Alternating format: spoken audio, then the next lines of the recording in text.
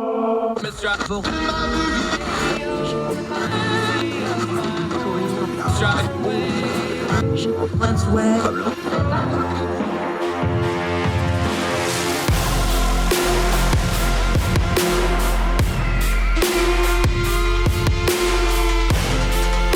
host, Andrew Donaldson.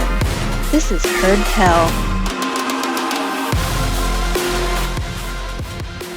Welcome back to Heard Tell. I'm Andrew Donaldson. This is going to be fun. We're going to go down to Georgia, talk a little Georgia politics, a little Georgia policy, a little Georgia education, and this is a Georgia feller. He didn't start that way, though. He's actually, you scratch him hard enough, there's a little West Virginia still underneath that. Our friend Jason Downey, he's an attorney. He's also the sitting chairman, Board of Education for the state of Georgia. How are you, sir? I'm good. How are you? Fantastic. Good talk to you. You're like me. The accent's gotten a little softer, but it'll come out. We'll get to hills and hollers and yonders here in a minute. It'll start sneaking out, won't it? That's right. Just for clarification purposes, you are a political appointee by Governor Brian Kemp. So we'll lay that out on the table, but your opinion are yours and yours alone. But let's make sure everybody knows that. Let's just start right there because we had some news this week. We had, of course, the Georgia governor debate for the primary for the Republican Party. There's just no way to talk about Perdue without going back to what happened in Georgia in the Senate runoffs. This is where this whole story changes because we had January 6th and the Georgia runoffs. That's kind of the path break on the narrative for political path that we're on right now. You were there. Go back to that moment because the national narrative for the Georgia runoffs was Trump showed up and it all went sideways. Is that how it felt for you when those Georgia runoffs happened and both Senate seats flipped blue? Yeah, I think so. You had the two runoffs, and the thing about David Perdue, and again, full disclosure, I am a Brian Kemp appointee. I'm a friend of the governor. I support the governor. You can go to my Twitter account and see some of the things I said after the debate the other day that the governor had with David Perdue. I have never been a David Perdue fan. I didn't support David Perdue in the primary when he ran in 2014 against Jack Kingston. I supported Jack Kingston at the time. So I have never been a fan of David Perdue. But David Perdue has always been a lazy campaigner. And so one of the issues that happened in that race against Senator Jon Ossoff was that David Perdue didn't show up to the debate. And so Jon Ossoff had an hour that he could just point at an empty podium and say, where is my opponent? He's not here. And that's sort of been the narrative throughout David Perdue's political career. He's always been a lazy campaigner. And now he's got Trump doing his evil work for him, so to speak. Trump is really targeting Governor Kemp because he thinks, of course, we know that Donald Trump, if you betray him, that's just the worst thing you can do. And that's what's happening now with this race. But yeah, it all goes back to Trump's involvement way back when, January 5th and 6th, when that happened, and it's been downhill ever since. Now, and to be fair here, Kelly Loeffler was the other candidate in that race. I'm trying to think of a way to describe it. She may be the least charismatic stump speech candidate I've ever seen in my life. And I was represented by Nick Rahal for many, many years. So that's saying something. That's a West Virginia reference. Y'all go look it up on your own time. She was a terrible candidate. I mean, just like you could not put her, if you were doing a TV show, you couldn't put her on TV. She's that bad with a microphone.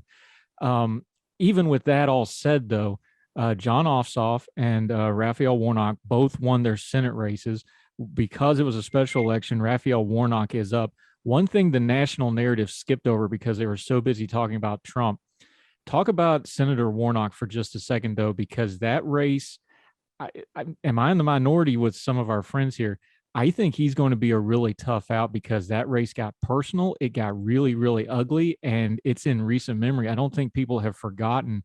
Talk about that for a minute because the national narrative kind of skipped over that a little bit, but that race got really, really nasty in the state of Georgia, didn't it?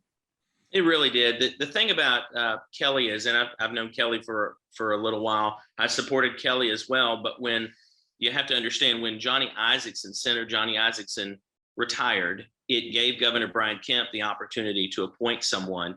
And this is where the falling out began. And there's actually a book about this that a friend of mine, Greg Bluestein from the AJC, wrote. And it's about this whole timeline of what happened in Georgia politics. And it really began with Governor Brian Kemp beating Stacey Abrams in 2018 and how everything came from that and was born out of that. So when Governor Brian Kemp appointed Kelly Loeffler as senator to replace Johnny Isakson, Donald Trump was very mad. He was president at the time, and he really wanted Representative Doug Collins to be that person. That was his hand-picked person. And when that didn't happen, that was when the betrayal began in Donald Trump's eyes. And Doug Collins decided to jump in and run anyway. We had what was called a jungle primary, where everybody's up at one time. Doug forced Kelly Loeffler to move further right. And the whole reason that the governor appointed her was thinking that she could appeal to what we call the Cobb County soccer moms in a lot of ways. Some people call them that. I just call them, the Cobb County moderate voters, if you will. That's sort of a microcosm of where we are in the state of Georgia. Cobb County is a county right outside of Atlanta. And I think he hoped that Kelly would be able to appeal to those voters. But when Doug Collins jumped into the race, it forced Kelly to move further right. She had some ill-fated commercials which compared her to Genghis Khan. It was not the best campaign in the world. But then we got down to, through the jungle primary, it was Raphael Warnock and Reverend Warnock and Kelly Loeffler. And then it got really nasty right there at the end. And I will say this, that Reverend Warnock, I have met him. He is a very dynamic individual, very charismatic. It's going to be interesting what happens now. Herschel Walker is probably going to end up being the Republican nominee running against him in that race. It may get nasty again. And when I say nasty against Herschel, and then nasty against Senator Warnock. Yeah, I don't see this one going good either which way. How much of that nasty, though, is going to be the former president injecting himself? Because he's made no secret Georgia is his focus. He's spent a lot of time there. I've kind of, and some others, we've been kind of calling it the vendetta ride. This is kind of where him and his folks were planning on getting their revenge. That's not going well with David Perdue. Herschel Walker looks like he's in a little bit better situation. He's actually leading in some polls, so we'll see how that shakes out. Is that how it feels there on the ground in Georgia? That this is the national narrative. I'm just looking at it from the guy at the computer. You're physically there. How's it playing? Do people really want Donald Trump involved? Do they want his name and the cachet of that? Or do they want to be left alone to play it out? Or is it somewhere in the middle of that spectrum? Well, it's somewhere in the middle. You do have some people that are diehard Trump fans here. And those are the people that will vote for David Perdue. But when he jumped into the race, and when the rumors came about that he was going to jump into the race, you really thought, oh, okay, both may poll in the 40s, both Governor Brian Kemp and Mr. Perdue. That has changed completely. Internal polling, from what I've seen, shows that Brian Kemp will get reelected in the primary by maybe over 60%, at least in the high 50s. And one might say, well, that's pretty weak for an incumbent, but you can throw out past politics and the way things have gone in the past because of this juggernaut, if you will, that we call Trump. I think what he's going to do is shift his focus immediately and say, well, David Perdue wasn't the best candidate anyway, which is what he always does. He always tries to justify or caveat everything when he loses. Well, I really didn't campaign that hard for him. Never mind that he is putting $500,000 of his own money into David Perdue's campaign for advertisement right now. What you're going to do is you're going to see him shift and go all in with Herschel Walker, and then also his handpicked candidates for lieutenant governor, which are Burt Jones, and then Jody Hice for Secretary of State. And I think you're going to see him focus on those three races, and he'll stay out of the governor's race. He threatens that he's going to give Stacey Abrams money and support her. He's not going to do that. So he'll stay out of the governor's race once David Perdue is sent back to Sea Island, which is where he lives and where he should have stayed, to be quite honest. Yeah, and to be fair, he doesn't have to send her money because he can get people to sit out, which is the same thing. Real quick, just because you just mentioned it, the Hice Raffensperger race, Raffensperger was supposed to be DOA. That wasn't even supposed to be a race. That was supposed to be a layup. Now we got is Raffensperger got a chance here? Is he going to survive this? Maybe it looks weird on paper, and then you're like, nah, that can't be right. But you're there again. You're on the ground. You tell us. Is people surprised? Is the polling just off? What's going on here? Because this doesn't make any sense. It depends on where you are. And I will say this: when you look at the governor's race, you get polling, and as you get closer to election day, you get more and more accurate polling. Lieutenant governor, it's a little bit more iffy, and then it drops off from there. So we've got a lot of local races. State representatives are running for re-election. Open seats, state senators are running. And then we've got situations like the Secretary of State. We've got, races for insurance commissioner. We have no idea what the polling looks like. And all you can rely on is internal polling. And of course, a campaign is going to say whatever the internal polling is that's favorable to them. I will say that it looks like really that there will probably be a runoff. And it looks like it's going to be Raffensperger and Hice in a runoff. And what that means, I don't know. I know that if that happens, Trump will come in and campaign very hard for Jody to win that. But yeah, I think a few months ago, you thought maybe if Raffensperger got 18 or 20% of the vote, he'd be lucky. He's polling, it looks like, a lot higher than that, maybe in the 30s. For people that are talking to our buddy Jason Downey down in Georgia, he's also a lawyer on the side. That's why he talks so articulate and such. For the folks that aren't used to these runoffs, because not every state has runoffs, how big a deal is it for Governor Kemp to not get embroiled in a runoff, even if he was going to win it handily? Boy, those couple of percentage points and not having to do a runoff, how big a deal is that for him? Because we already know, because we've seen the first version of this movie, let's assume it's going to be him and Stacey Abrams. That's going to be a neck and neck, very hard campaign and fight. How big a deal is it for him to get through this preliminary and not have to do the runoff? It's a huge deal. The way that Governor Kemp became governor is he finished second in the primary when he ran in 2018 to Casey Cagle, who was the lieutenant governor at the time. And Casey Cagle had in the 40s. I mean, it was like 41 or 42% of the vote. Everything changed in that 6-week period up until the runoff. And Brian ended up winning and beating Casey Cagle. A lot can change and a lot can happen in that time period between the primary and then the runoff. And in the state of Georgia, a candidate has to have 50% plus one vote. So if you have 18 candidates running for any seat whatsoever, the top 2 candidates are the ones that advance to the runoff if no one has 50% plus one. That's why it's so critical for the governor to get that 50% plus one, because then he can outright claim that he is the nominee. It will galvanize the party, and hopefully there'll be some unity. But if 6 months goes by and there's more divisiveness and more division within the Republican Party, it makes it a lot more difficult to kumbaya at the end when you're done. And it also gives Stacey Abrams a lot more ammunition, because now you've got your fellow party candidate that is attacking you. And that's just fodder for Stacey to use when she starts spending millions of dollars from Hollywood money in September and October of this year, which is exactly what she'll do. And since you mentioned her, let's just, I know you're on the Republican side of things, but you're in Georgia. She has basically been running for governor since the last time she ran for governor. It's no big secret, but she's also put a ton of work in. She's built up networks. We know about the Bloomberg money that she's been working off through her organizations. She, on paper, looks like she's much more formidable this way. And this was a razor close race last time. How does it feel for you looking just as a candidate stacking up? Does it feel like she's going to be stronger this time? We know there's the specter of Trump. He's not going to be real happy. He's probably not going to be supporting Governor Kemp. There's a lot of moving pieces here, but one of those moving pieces is, do you think Stacey Abrams is a stronger candidate this time than last time? No, I don't think so. I think she will have more outside money. I think she will have more of a national group supporting her, but people in Hollywood, people in DC, Terry McAuliffe doesn't vote in Georgia, and he just held a fundraiser for her last week.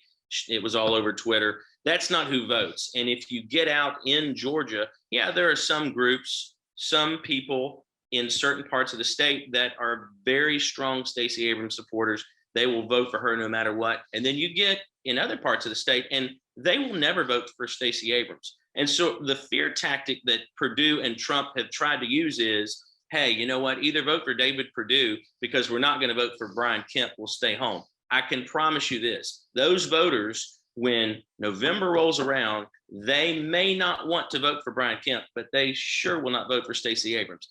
And so much so that they will not want Stacey Abrams in office. They will vote for Brian Kemp. So I honestly think that the governor will get reelected by a larger margin than what he did in 2018. I know that's a bold statement.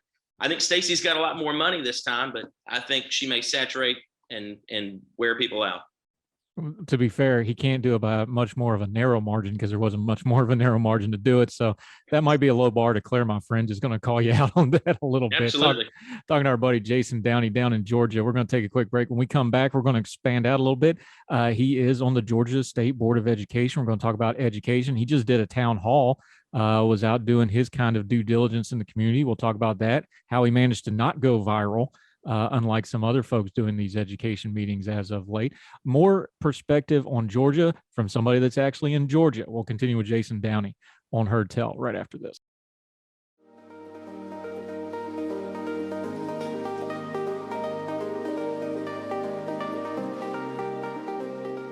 Welcome back to Heard Tell, talking to our friend down in Georgia, Jason Downey. He's an attorney. He's also on the Georgia State Board of Education. Let's talk about that. You were just out in the public. You were doing some of your due diligence as part of your duties. We've seen so many town halls and so many Board of Education meetings devolve online. Now, of course, those are the ones that make, the hundreds and the thousands of them that go smoothly never get online, but we've seen plenty of them. When you go out in the community, what are you trying to do to avoid that? Because I'm sure you've got people that are hot. I'm sure you got people that are very passionate. I'm sure you probably got some troublemakers out there as well, especially when the big guy in the state's showing up in a smaller venue. What's your approach to those sort of things so that it is productive and you still do, people get their fair shot at an appointee like you? That's fair. How do you approach these things, and how did it go now that you got those people, even though it's an election year and passions are probably up a little bit?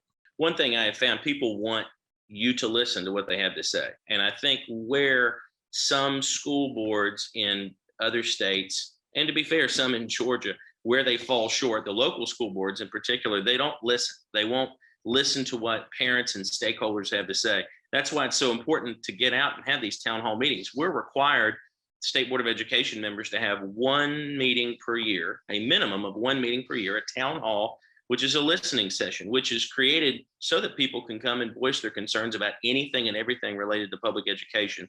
We're required to have them in our congressional district. I represent the 8th congressional district on the State Board of Education. So I did one last year. I did another one this year.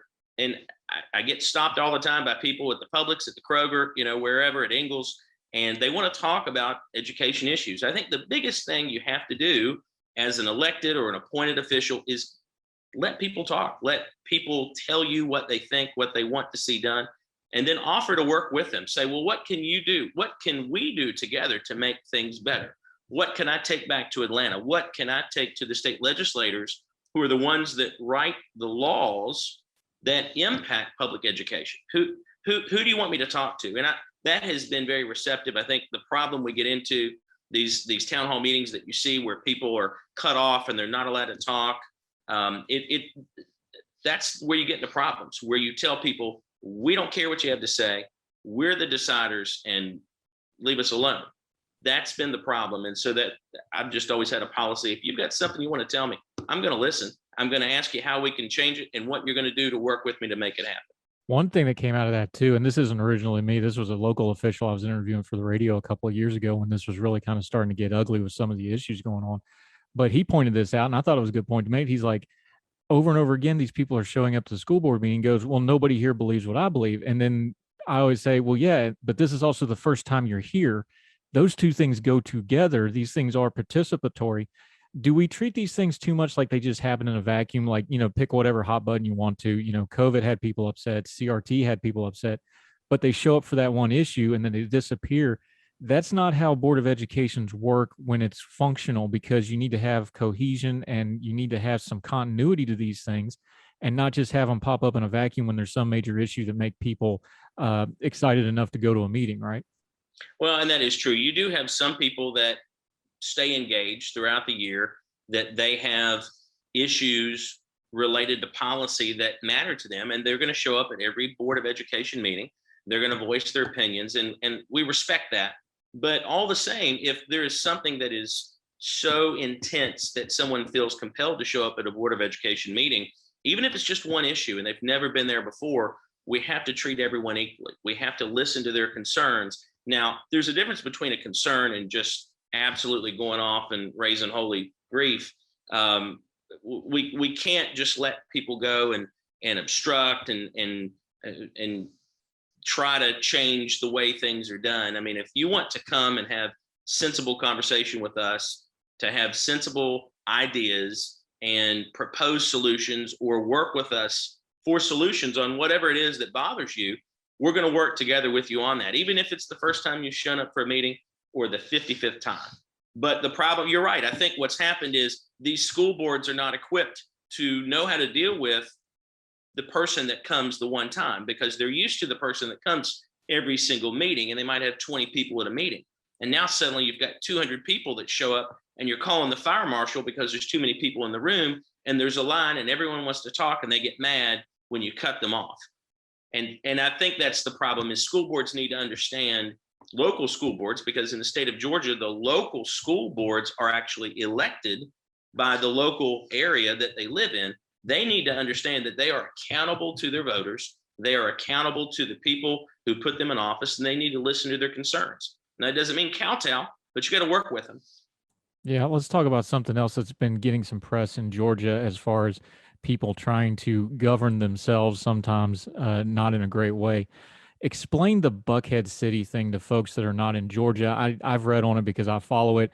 Trump's been making an issue of this. David Perdue even mentioned it because let's just be grown folk here. The money people that back him up is the same people that are behind those sorts of things. But explain that, because it sounds like such a weird issue to the outside national audience. Like, what in the world are they talking about Buckhead City? This is a big deal in Georgia, especially in Atlanta, especially in certain communities. This is a really touchy subject. Try to explain that for folks that aren't familiar with the Buckhead City and what that's about.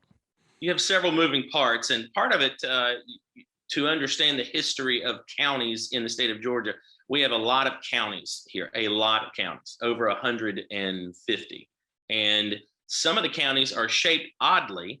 And part of that is because during the Depression and in other times, but mainly during the Depression, there were some counties that were bankrupt or not doing well, and counties merged.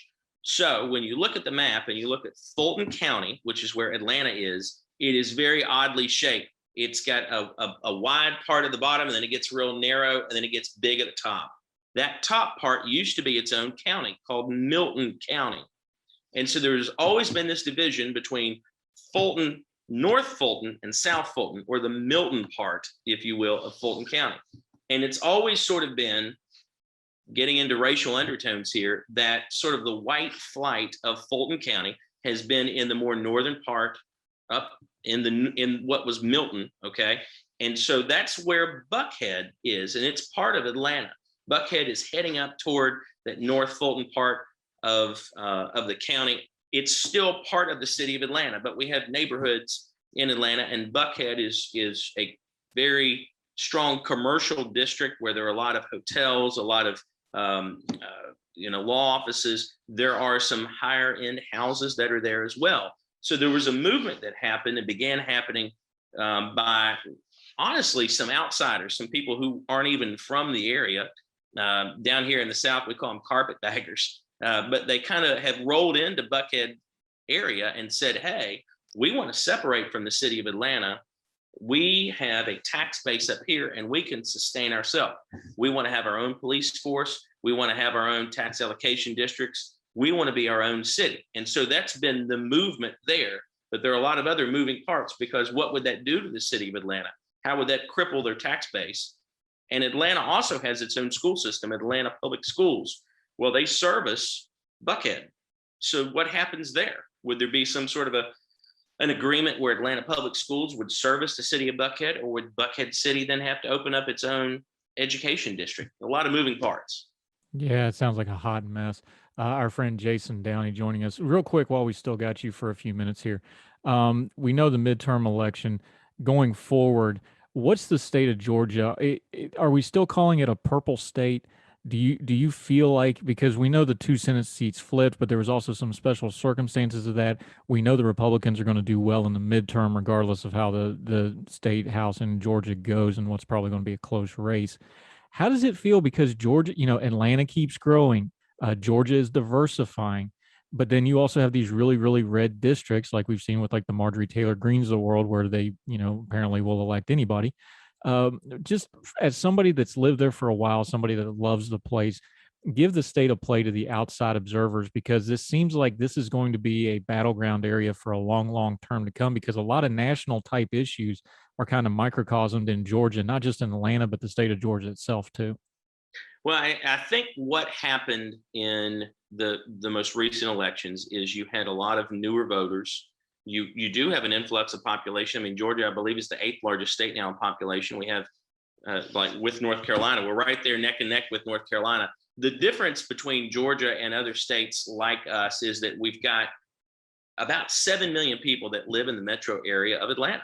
And the politics have really been as such that new voters tend to trend toward the Democrat Party. And so what has happened is you are seeing, and you did see in 2020, what is born out of that. I mean, Stacey Abrams, you mentioned, she put in a lot of work. She really got a lot of new voters out there and excited. What I wonder, and there's no way to really tell because you never really know how a party is going to react to certain issues down the road. If I had to say, is it going to stay a battleground state for a while? Yes. Now, in 10 years, what's that going to mean? I don't know, because I don't know what the issues are going to necessarily be that impact those new voters. Right now, they're brand new. They tend to be minority voters. They tend to trend with the Democratic Party, and that's why they voted the way they did. Will they continue to do that in 10 years? I really don't know. Yeah, Jason Downey, our friend down there. Okay, 2 quick questions for you to round this up. Talking a little Georgia. You're a Georgia guy. You're a Marshall guy. Can I get an unbiased opinion on JT Daniels?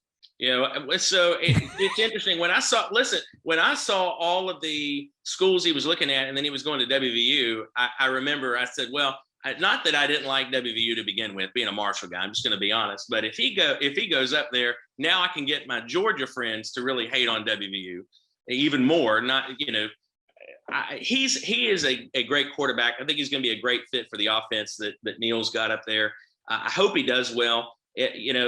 Kirby Smart, the issue is when you've got a coach like that and he's just an unbelievable recruiter, you can't recruit 15,000 quarterbacks that are 5-star. Eventually, one of them's going to go somewhere else. So I wish JT all the best. I'd like for him to throw for 500 yards every game, and then the defense give up a bunch of points and WVU lose every game. But that's just me.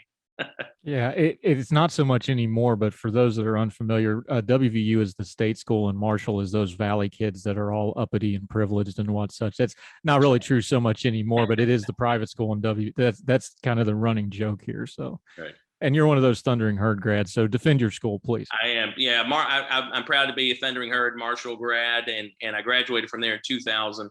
I loved spending time in Huntington.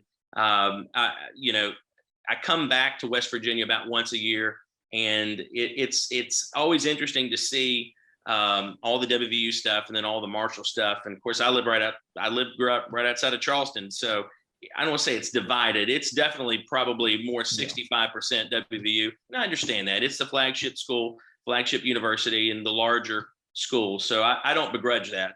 It is what it is. I gave up on that a long time ago. Don't look at me, man. We all went to Glenville. Jason Downey, women's basketball national champions. Thank you very much for Division 1A. No, yeah, it's not 1A anymore. It's Division 2 now. I saw that. That's exciting for them. That's it's exciting. Deal. We've had 2 national championships that have come out of the state now, with Marshall winning in soccer. I had to throw that in. But it's exciting when you can bring good attention to the state through college athletics, and especially when it's the smaller programs that people kind of sleep on. That's exciting for Glenville. And you're going to get to see a lot more, Marshall, because they changed conferences. They're going to be down south a whole bunch now, including Coastal Carolina, close to where my Carolina house is. I got connections with Coastal Carolina. I'll get to go watch probably a game or 2 down there. All right, one more for you, sports related, since we were talking politics. What are we going to do about our poor beloved Reds? Because it's bad. I have no idea. I wish we could do a GoFundMe and try to buy the team from Castellini. We could pay him in Skyline chili or Grater's ice cream. I really don't know. It pains me. I have been a Reds fan. There's a picture of me as a baby with a Reds jersey on. I mean, I've rooted for the Reds all my life, but it's tough. It is really tough to support what Castellini's doing with that team and what they're doing. I mean, they had 10,000 at last night's game. That's sad. I mean, the Braves here now, granted, they just won the World Series, but on a Tuesday night game, they're going to draw 30,000 people.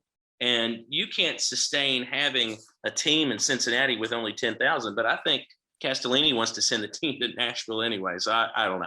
But it's heartbreaking. Yeah, the MLS team should not be outdrawing the Cincinnati Reds. And I love MLS. That's not a knock on them at all. I'm just saying that's how things have changed. When you're selling out Nyford Stadium for an MLS game and you can't get people in the ballpark for a Reds game, there's problems.